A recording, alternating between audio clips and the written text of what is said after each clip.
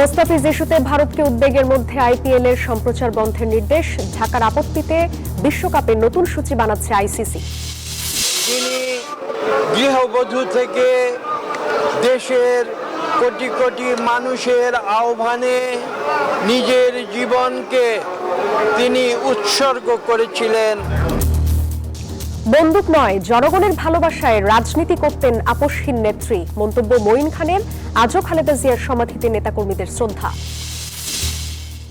শোক কাটিয়ে ভোটের মাঠে বিএনপির তৎপরতা। বিদ্রোহী প্রার্থী তাই অস্বস্তি, জনগণই আস্থা বলছেন নেতারা। দেশের মানুষ কিন্তু এখন নির্বাচনের দিক চলে গেছে। গ্রামে গঞ্জে, হাটে বাজারে, চায়ের দোকানে, রিক্সাওয়ালা থেকে শুরু করে সবাই কিন্তু নির্বাচনের কথাই বলছে। বিএনপির নেতা কর্মীরা দলের প্রার্থীকে দিনের শেষে সবাই সমর্থন দেবে। প্রার্থিতা ফিরে পেতে নির্বাচন কমিশনে আপিল চলছে। 10টি বুথ প্রস্তুত। নির্বাচনী পরিবেশ এখন পর্যন্ত সন্তোষজনক, মন্তব্য সিইসির। ইনশাল্লাহ আমরা এখনো কনভিন্সড যে আমরা একদম একটা ফেয়ার এন্ড ক্রেডিবল ইলেকশন ইনশাল্লাহ দিতে পারব। রায়েরবাজার কবরস্থান থেকে 114 জনের মরদেহ উত্তোলন। জুলাই আন্দোলনে নিহত 8 জনের পরিচয় শনাক্ত সিআইডির। ভেনেজুয়েলার অন্তর্বর্তী প্রেসিডেন্টকেও সঠিক পথে থাকার হুঁশিয়ারি ট্রাম্পের। কারাকাসে বিরোধী নেতার ঐক্যের আহ্বান। এবং বিপিএল এ সিলেটের বিপক্ষে টস জিতে ব্যাট করছে নোয়াখালী এক্সপ্রেস। সন্ধ্যায় চট্টগ্রাম রয়্যালসের মুখোমুখি হবে রংপুর রাইডার্স। স্বাগত নিউজ 24 সংবাদে। সঙ্গে আছি আমি জান্নাতুল সাদিয়া। দেখছিলেন বিআরবি কেবলস সংবাদ শিরোনাম। এবার বিস্তারিত। মোস্তাফিজ ইস্যুতে ভারতকে উদ্বেগ জানানোর পর বাংলাদেশে আইপিএল এর সম্প্রচার বন্ধের নির্দেশ দিয়েছে তথ্য মন্ত্রণালয়। পরবর্তী নির্দেশ না দেয়া পর্যন্ত বহাল থাকবে এই আদেশ। সোমবার তথ্য ও সম্প্রচার মন্ত্রণালয়ের এক বিজ্ঞপ্তিতে এই নির্দেশ দেওয়া হয়। এতে বলা হয়, আগামী 26 মার্চ থেকে অনুষ্ঠিতব্য আইপিএলে বাংলাদেশের তারকা খেলোয়াড় মোস্তাফিজুর রহমানকে কলকাতা নাইট রাইডার্স দল থেকে বাদ দেওয়ার বিসিসিআই এর নির্দেশ দৃষ্টিগোচর হয়েছে। ভারতীয় ক্রিকেট বোর্ডের এমন সিদ্ধান্তের কোনো যৌক্তিক কারণ জানা নেই।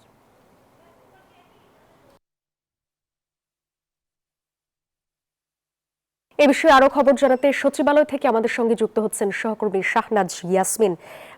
ইয়াসমিন, আইপিএল এর সব খেলা সম্প্রচার ঠিক কতদিন বন্ধ থাকবে, এ নিয়ে কি কোনো নির্দেশনা দিয়েছে কিনা তথ্য মন্ত্রণালয়?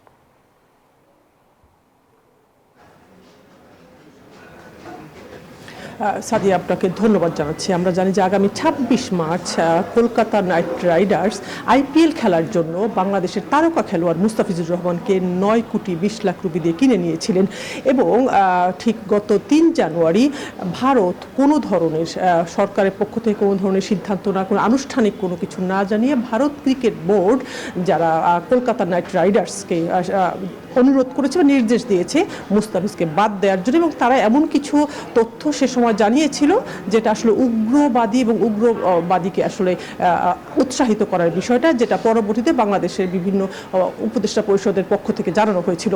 এবং এরপর পরই ঠিক 3 জানুয়ারির পর একদিন পরই বাংলাদেশের আইন উপদেষ্টা উনি সামাজিক যোগাযোগ মাধ্যমে এই মুস্তাফিজকে বাদ দেওয়ার বিষয়ে তার সিদ্ধান্ত জানিয়েছেন, মতামত জানিয়েছেন, এবং একই সাথে তথ্য উপদেষ্টাকে অনুরোধ করানোর বিষয়টিও তিনি বলেছেন যে এই ধরনের সিদ্ধান্ত ভারত যেটা নিয়েছে এটা আসলে উনি তীব্র নিন্দা জানিয়েছেন এবং আইপিএল খেলার সম্প্রচার বাংলাদেশে বন্ধ করার জন্য তথ্য উপদেষ্টাকে অনুরোধ জানানোর কথা উনি সেই সামাজিক যোগাযোগ মাধ্যমে জানিয়েছিলেন। এবং গতকাল তথ্য উপদেষ্টা একটি প্রেস কনফারেন্স ছিল, সেখানে তথ্য উপদেষ্টাকে প্রশ্ন করা হলে উনি এই বিষয়টি পরিষ্কার করে জানালেন আসলে খেলাকে যখন খেলার ভিতরে না রেখে রাজনীতিতে টেনে আনা হয় তখন বিষয়টি ভালো হয় না, এবং দুই প্রতিবেশী দেশের বন্ধু প্রতিম দেশের মধ্যে বিষয়টি যেহেতু ভারতের পক্ষ থেকে এমন সিদ্ধান্ত নেওয়া হলে সেটা বাংলাদেশ প্রতিক্রিয়া জানাবে, যেটা তথ্য উপদেষ্টা জানিয়েছিলেন।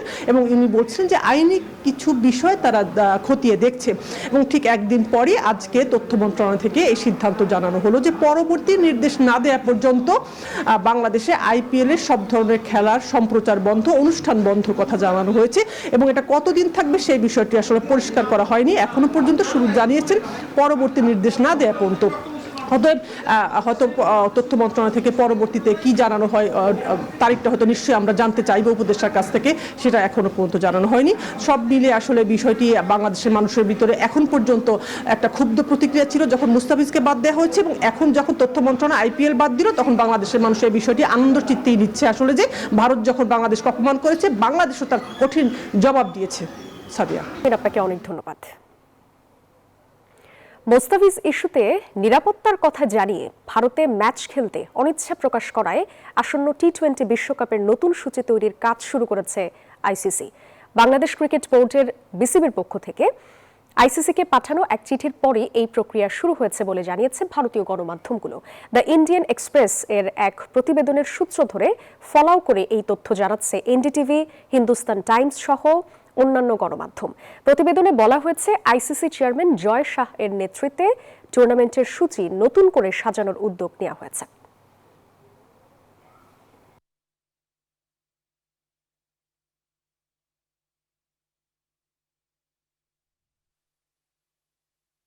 অন্য প্রসঙ্গ, বন্দুক নয় জনগণের ভালোবাসায় রাজনীতি করতেন আপসহীন নেত্রী বেগম খালেদা জিয়া, এমন মন্তব্য করেছেন বিএনপির স্থায়ী কমিটির সদস্য আব্দুল মঈন খান।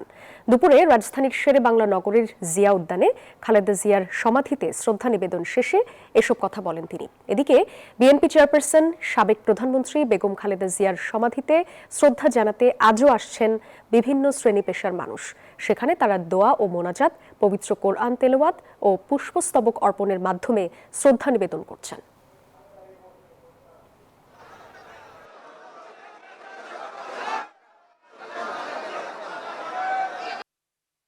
বেগম খালেদা জিয়া এমন একজন নারী ছিলেন যিনি গৃহবধূ থেকে দেশের কোটি কোটি মানুষের আহ্বানে নিজের জীবনকে তিনি উৎসর্গ করেছিলেন বাংলাদেশের মানুষের জন্য। এই বাংলাদেশি জাতীয়তাবাদের চেতনায় আজকে আমরা জীবিত, আজকে এই বাংলাদেশ জীবিত। আজকে স্বাধীনতাকে সুরক্ষিত করতে হলে বিএনপি ছাড়া, যেমন দেশনায়ক তারেক রহমান ছাড়া কোনো বিকল্প নাই। এ বিষয়ে আরো জানাতে জিয়া উদ্যান থেকে আমাদের সঙ্গে যুক্ত হচ্ছেন সহকর্মী শাহরিয়ার কবির। শাহরিয়ার, কি চিত্র দেখতে পাচ্ছেন জানাবেন? সকাল থেকে যেমনটি জানাচ্ছিলাম যে এই জিয়া উদ্যানে কিন্তু সকাল থেকে দেখেছি যে সর্বসাধারণের ভিড় আমরা দেখেছি যে বিএনপি চেয়ারপারসন বেগম খালেদা জিয়ার সমাধিস্থলে এসেছেন। এসে সর্বস্তরের মানুষ কিন্তু তারা শ্রদ্ধা নিবেদন করছিলেন এবং তার বিদায়ী তারা মাগফিরাত কামনায় কিন্তু তার জন্য দোয়া করা হচ্ছিল। এবং এখন আমরা দেখতে পাচ্ছি যে ওলামায়ে কেরাম যারা আছেন তারা কিন্তু তার জন্য দোয়া করছেন, মোনাজাত করছেন এবং একই সাথে দরুদ শরীফ পাঠ করছেন এবং একই সাথে দলের জন্য কিন্তু তারা দোয়া করছেন। যে তারা বলছেন যে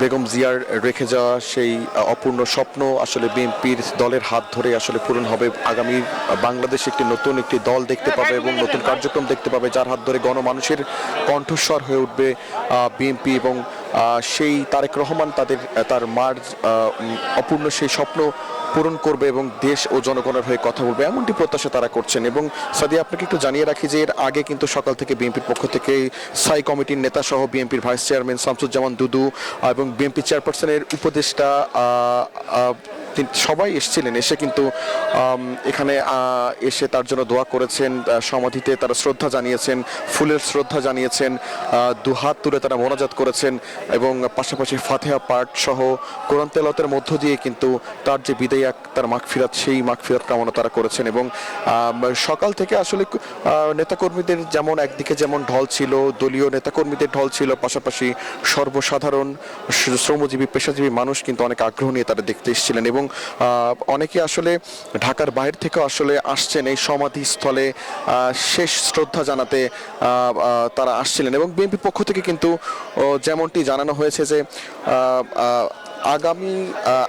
আগামীকালকেই কিন্তু তাদের যে শোকের যে 7 দিন, সেই 7তম দিন শেষ হয়ে যাচ্ছে এবং আজ কিন্তু চেয়ারপারসনের যে মৃত্যুর দিন, আজকে 7তম দিন, অর্থাৎ আগামীকালকে কিন্তু বিএনপি দলের পক্ষ থেকে যে শোক প্রকাশ করা হয়েছে সেই 7তম দিনও শেষ হতে চলেছে। এরপরে হয়তোবা চাইলে সাধারণ মানুষ এখানে প্রবেশ করতে পারবেন, এসে কবর জিয়ারত করতে পারবেন বা তার জন্য দোয়া করতে পারবেন। তো এখন পর্যন্ত এই ছিল আমার কাছে থাকা সর্বশেষ।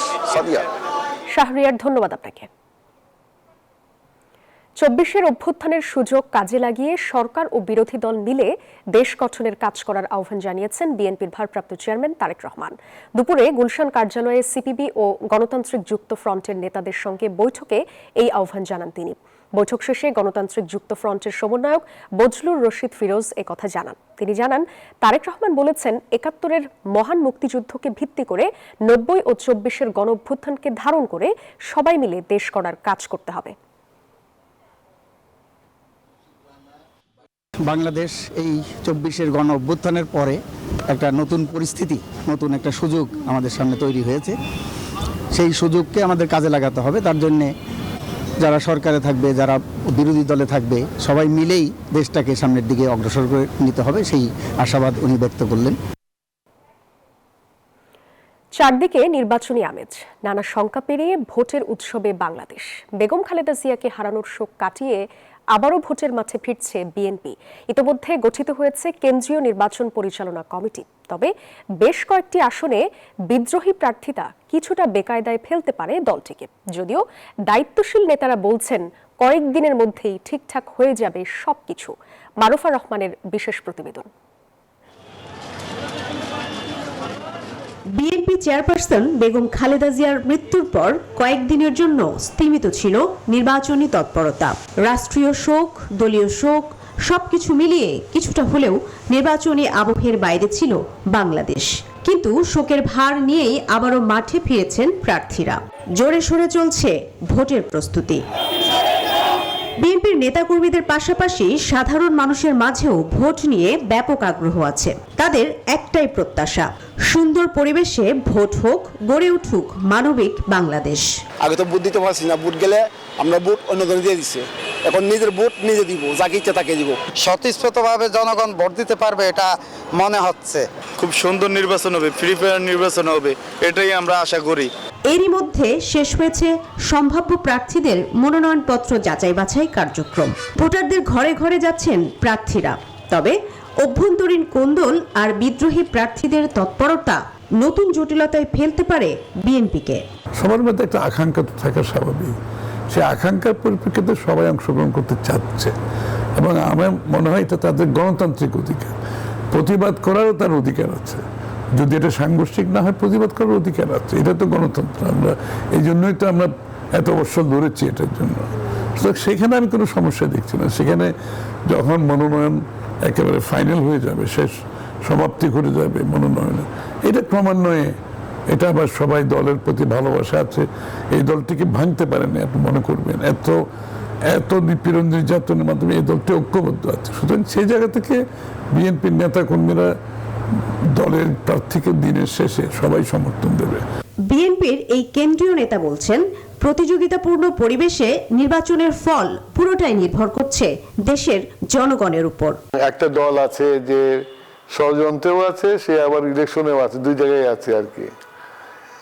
তো তারা এটা নির্বাচনটাকে বানচাল করার জন্য বিভিন্ন সময় বিভিন্ন ঘটনা ঘটাচ্ছে। তা আমি মনে করি যে দেশের মানুষ কিন্তু এখন নির্বাচনের দিক চলে গেছে। গ্রামে গঞ্জে, হাটে বাজারে, চায়ের দোকানে, রিক্সাওয়ালা থেকে শুরু করে সবাই কিন্তু নির্বাচনের কথাই বলছে। তো এই যে নির্বাচনের গাড়িটা চালু হয়েছে, এটা বন্ধ করা কঠিন হবে যদি না ন্যাচারাল ক্যালামিটি যদি না হয়। সকল শঙ্কাকে দূর করে অবশেষে হতে চলেছে জাতীয় নির্বাচন। সাধারণ মানুষ, রাজনৈতিক দল সকলের ভেতরে চলছে নির্বাচনের ডামাডোল। দেখার বিষয়, অন্তর্বর্তী সরকার কতখানি নিখুঁতভাবে সম্পন্ন করতে পারে এই ভোটের সুষ্ঠুতা, নিরপেক্ষতা এবং উৎসব মুখর ভাবে যে ভোটটি করার কথা তারা বলেছিল তার নজির স্থাপন করতে পারে। মারুফা রহমান, নিউজ 24, জাতীয় সংসদের দক্ষিণ প্লাজা, ঢাকা। এবার জেডএসআরএম নির্বাচনের পথে।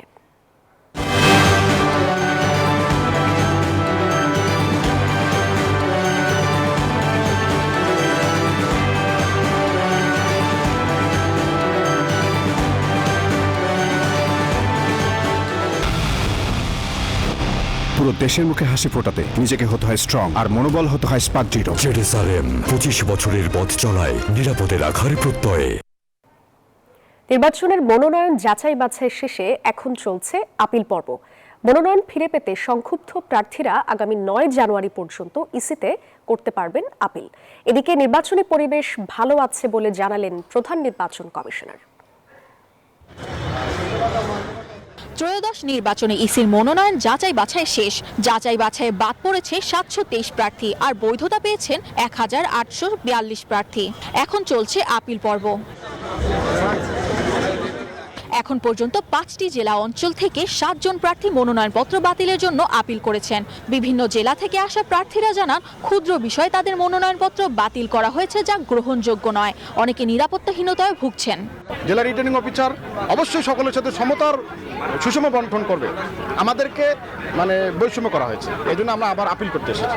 যদি এখান থেকে এনি হাও আমি রেজাল্ট না পাই, তাহলে ইনশাল্লাহ হাইকোর্টের দ্বারস্থ হব। আর প্রিয় যেটা বলা হয়েছে 1% ভোটার, আর একজন রাজনৈতিক দলের তার তো 1% লাগবে না, তাহলে আমার কেন 1% লাগবে? জয়পুরহাট নির্বাচন কমিশন অফিসের সঙ্গে যোগাযোগ করে ওনারা বলছেন যে আপনি আপিল করেন, ইনশাল্লাহ এটা ফিরে পেতে পারেন। এটা যেহেতু গুরুতর ভুল নয়, আপনি অ্যাপ্লিকেশন করতে পারেন। সেই কারণে আমরা আপিল করার জন্য এসেছি।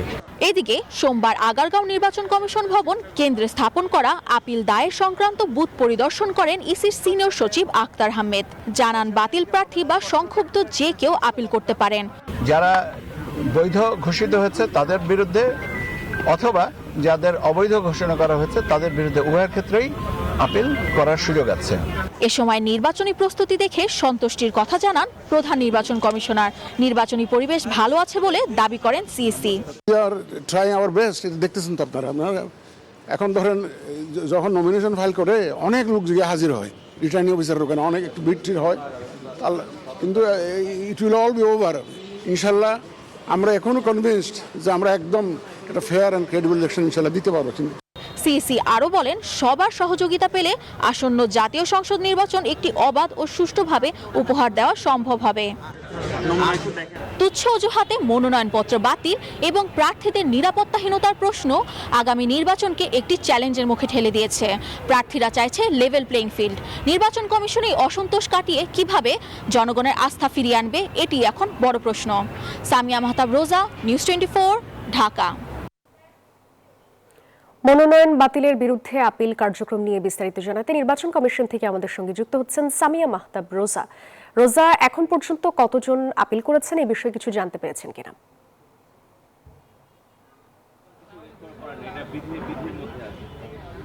সাদিয়া, আমি এখন আছি আগারগাঁও নির্বাচন কমিশনের সামনে যে বুথটি করা হয়েছে সেখানে, এবং বুথের মধ্যে এখন পর্যন্ত সকাল থেকে আমরা দেখছি বিভিন্ন প্রার্থী এবং প্রার্থীদের মনোনীত ব্যক্তিরা এখানে আসছেন আপিলের জন্য, এবং যার মধ্যে আমরা দেখেছি এখন পর্যন্ত 11 জন প্রার্থী আপিল করেছেন।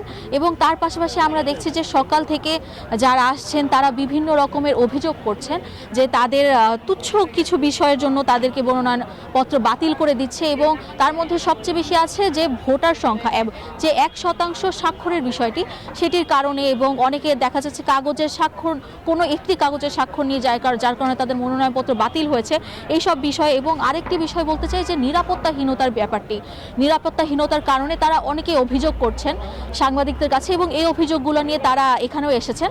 এবং যার কারণে আমাদের সিনিয়র সচিব আক্তার আহমেদও জানিয়েছেন যে এইসব বিষয়ে যদি কেউ অভিযোগ করে থাকেন তাদের প্রত্যেকের অভিযোগ গ্রহণ করা হবে, এবং সেই অনুযায়ী ব্যবস্থা নেওয়া হবে। তো নির্বাচন কমিশন থেকে এই ছিল আমার কাছে এখন পর্যন্ত সর্বশেষ তথ্য। আরও কয়জন আসছেন এবং কেউ যদি মনোনয়নপত্র বাতিলের জন্য কি পরিস্থিতি, আমি অবশ্যই সামনে আবার জানাবো। রোজা, ধন্যবাদ আপনাকে। নির্বাচনের আগে আইন শৃঙ্খলা পরিস্থিতি নিয়ন্ত্রণে রাখতে কঠোর হচ্ছে সরকার। এজন্য গোয়েন্দা নজরদারি বাড়ানোর নির্দেশ দেওয়া হয়েছে বলে জানিয়েছেন স্বরাষ্ট্র উপদেষ্টা জাহাঙ্গীর আলম চৌধুরী। সকালে সচিবালয়ে আইন শৃঙ্খলা সংক্রান্ত উপদেষ্টা পরিষদের বৈঠক শেষে এসব কথা বলেন তিনি। আরও বলেন, ওসমান হাদির মামলার চার্জশিট শিগগিরই দেয়া হবে। এই সরকারের মেয়াদেই এই মামলার বিচার হবে বলেও জানান স্বরাষ্ট্র উপদেষ্টা। পরে স্বরাষ্ট্র সচিব নাসিমুল গনি বলেন, আগামী 7 জানুয়ারির আগেই হাদি হত্যা মামলার চার্জশিট দেয়া হবে।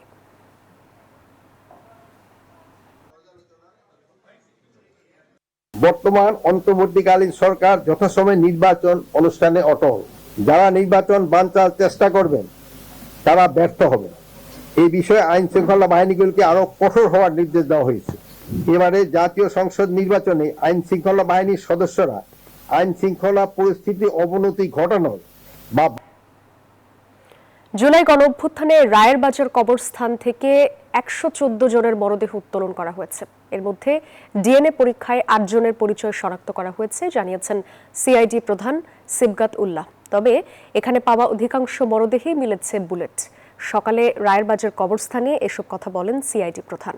সংবাদ সম্মেলনে মুক্তিযুদ্ধ বিষয়ক উপদেষ্টা ফারুক ই আজম বলেন, এই প্রক্রিয়া অব্যাহত থাকবে, বাকি শহীদদের পরিচয়ও শনাক্ত করা হবে। 9টির মধ্যে 8টি লাশ, শহীদদের লাশ শনাক্ত হয়েছে এবং তাদের পরিবারকে বুঝিয়ে দেওয়া হবে। একটি এখনো বাকি আছে, যেটা জানতে পেরেছেন আপনারা, এবং সেটার কাজ চলমান থাকবে। রাজুকের প্লট বরাদ্দে দুর্নীতির অভিযোগে ক্ষমতাচ্যুত সাবেক প্রধানমন্ত্রী শেখ হাসিনা ও টিউলিপ রিজওয়ানা সিদ্দিক সহ 18 আসামির বিরুদ্ধে তদন্তকারী কর্মকর্তার সাক্ষ্য শেষ। ঢাকার 4 নম্বর বিশেষ জজ আদালতের বিচারক মোহাম্মদ রবিউল আলম এই মামলায় তদন্তকারী কর্মকর্তার সাক্ষ্য গ্রহণ করেন। পরে আসামিদের আত্মপক্ষ সমর্থনের জন্য 8 জানুয়ারি দিন ধার্য করেন। আদালতে হাজির করা হয়েছিল আসামি খুরশিদ আলমকে।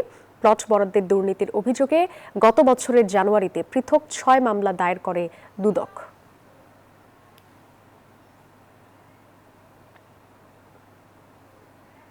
যশোরে সরিষা ফুলের মধু উৎপাদন করে ভাগ্যের চাকা ঘুরেছে খামারিদের। মধু চাষ করে নিজেরাই স্বাবলম্বী হচ্ছেন না, অবদান রাখছেন অর্থনীতিতেও। মৌখামার ঘিরে কর্মসংস্থানের সুযোগও তৈরি হয়েছে অনেক বেকার যুবকের। আর ক্রেতারা খাঁটি মধু কিনতে পেরে খুশি। বুলবুল শহীদ খান হিমেলের তথ্যচিত্রে ডেস্ক রিপোর্ট। বিস্তীর্ণ মাঠ জুড়ে সরিষা ক্ষেত, ঝাঁকে ঝাঁকে উঠছে মধুকর, বসে ফুলে ফুলে। মুহূর্তে ফিরে যাচ্ছে সামনে সাজিয়ে রাখা বাক্সে। বাক্সবন্দি চাকে জমা হচ্ছে মধু। এ চিত্র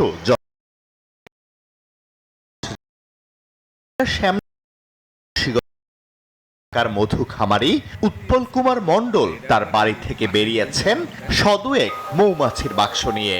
যেখানে ফুল সেখানেই ছোটেন তিনি। সারি সারি সাজিয়ে রাখেন বাক্সগুলো, আর মৌমাছিরা ব্যস্ত হয়ে ছোটে ফুল লক্ষ্য করে। আর এভাবেই গড়েছেন অস্থায়ী মধু উৎপাদন কেন্দ্র। মাঠের যোগাযোগ আছে, এরপরে আসবে আমাদের সরিষা। এটা হচ্ছে নাবি শস্য হয়ে গেছে। এবার এই প্রথম শস্য এইটা, নাবি শস্য আমাদের এতে সিরাজগঞ্জ। সিরাজগঞ্জ যাবো ওইখানে, এই শনিবার রবিবার চলে যাবো সিরাজগঞ্জ। সিরাজে ওখানে থাকবে 1.5 মাস। শুধু উৎপল কুমারী নয়, যশোর সদর উপজেলায় মধ্যবর্তী ফসল হিসেবে সরিষার চাষ বৃদ্ধিতে বেড়েছে মধু চাষীদের ভিড়ও। যারা মধু চাষী আছেন তাদের জন্য এটা কিন্তু অত্যন্ত বড় একটা উপলক্ষ যে এত পরিমাণে সরিষা বাংলাদেশে এখন চাষ হচ্ছে, এবং তারা একেবারে সরিষা ফুলের মধু উৎপাদনের সুযোগ পাচ্ছেন আরো বেশি পরিমাণে। সরিষা ক্ষেতের পাশে মধুর উৎপাদন দেখতে ভিড় করেন ক্রেতারা।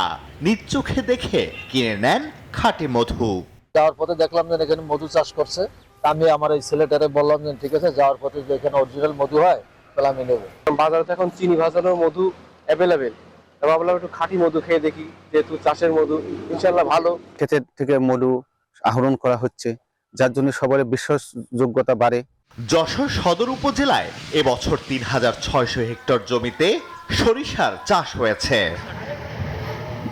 Desk report, news 24। সোমবারে শুরু হচ্ছে মার্কিন জিম্মায় থাকা ভেনেজুয়েলার প্রেসিডেন্ট নিকোলাস মাদুরোর বিচার। এরই মধ্যে দেশটির অন্তর্বর্তী প্রেসিডেন্ট ডেলসি রদ্রিগেজকে সতর্ক করেছেন মার্কিন প্রেসিডেন্ট ডোনাল্ড ট্রাম্প। জানিয়েছেন সঠিক পথে না হাঁটলে দিতে হবে চড়া মূল্য। যদিও ওয়াশিংটন বলছে আলোচনার দরজা এখনো খোলা। ওদিকে রাজনৈতিক বন্দীদের মুক্তির দাবিতে সোচ্চার ভেনেজুয়েলার বিরোধী নেতা এডমুন্ডো গঞ্জালেস। নিকোলো মাদুরোকে আটকের পর এবার ভেনেজুয়েলার অন্তর্বর্তী প্রেসিডেন্ট ডেলসি রদ্রিগেজের দিকেও তোপ দাগলেন ডোনাল্ড ট্রাম্প। মার্কিন প্রেসিডেন্ট সাফ জানিয়ে দিলেন, ওয়াশিংটনের কথা মতো ঠিক কাজ না করলে তাকে ভোগ করতে হবে মাদুরোর চেয়েও ভয়াবহ পরিণতি। মার্কিন পররাষ্ট্রমন্ত্রী মার্কো রুবিওর দাবি, ভেনেজুয়েলার বিরুদ্ধে যুদ্ধ করছে না যুক্তরাষ্ট্র। মাদক পাচারকারীদের বিরুদ্ধে এই অভিযান। সমস্যা সমাধানে কারাকাসকে সুযোগ দিতে চাই হোয়াইট হাউস। তবে তেল নিষেধাজ্ঞা সহ সব পথই খোলা রাখা হয়েছে। এদিকে সোমবার ভেনেজুয়েলার প্রেসিডেন্ট হিসেবে শপথ নিচ্ছেন ডেলসি রড্রিগেজ। তাকে সমর্থন দিয়েছে দেশটির সেনাবাহিনী ও বিচার বিভাগ, যদিও ভেনেজুয়েলার বর্তমান শাসক গোষ্ঠীকে বৈধ মনে করে না যুক্তরাষ্ট্র। অন্যদিকে গণতান্ত্রিক পুনর্গঠনের ডাক দিয়ে সব রাজনৈতিক বন্দীর নিঃশর্ত মুক্তি চেয়েছেন বিরোধী নেতা এডমন্ড গঞ্জালেস, জানিয়েছেন ঐক্যের আহ্বান। এটি একটি ঐতিহাসিক মুহূর্ত। আমাদের প্রশান্তি ও গণতান্ত্রিক প্রতিশ্রুতি দিয়ে একে গ্রহণ করতে হবে। আগামীর দেশ হবে অধিকার ও আস্থার। সবাই মিলেই সেই দেশ গড়ব আমরা। নিউ ইয়র্কের বন্দি শিবিরে থাকা মাদুরো ও তার স্ত্রীকে সোমবার আদালতে তোলার কথা রয়েছে। Desk report, news 24। বিপিএল এ দিনের প্রথম ম্যাচে নাসুমের আগুন ঝরা বোলিংয়ে মাত্র 61 রানে অল আউট নোয়াখালী এক্সপ্রেস। জবাবে ব্যাট করছে সিলেট। শেষ খবর পাওয়া পর্যন্ত তাদের সংগ্রহ 1 উইকেটে 23 রান। ইনিংসের শুরুতেই সৌম্য সরকারের উইকেট হারিয়ে চাপে পড়েন নোয়াখালী। মুনিম শাহরিয়ারও হাল ধরতে পারেননি। নোয়াখালীর এই ব্যাটার আউট হন 0 রানে। এরপর হাবিবুর রহমান সোহান 18 আর ব্যক্তিগত 2 রানে আফগান ক্রিকেটার মোহাম্মদ নবী ফিরে গেলে বিপাকে পড়ে নোয়াখালী এক্সপ্রেস। পরের ব্যাটারও দলের হাল ধরতে পারেনি। শেষ পর্যন্ত নাসুমের বিধ্বংসী বোলিংয়ে নোয়াখালী 61 রানে অল আউট হয় নোয়াখালী। 7 রানে 5 উইকেট শিকার করেন নাসুম আহমেদ। এদিকে দিনের দ্বিতীয় ম্যাচে রংপুর রাইডার্সের প্রতিপক্ষ চট্টগ্রাম রয়্যালস। এই ম্যাচ জিতে পয়েন্ট টেবিলের শীর্ষে উঠতে চায় রংপুর। ম্যাচটি শুরু হবে সন্ধ্যা 6টায়। এই ছিল নিউজ 24 সংবাদ। এতক্ষণ সাথে থাকার জন্য ধন্যবাদ সবাইকে।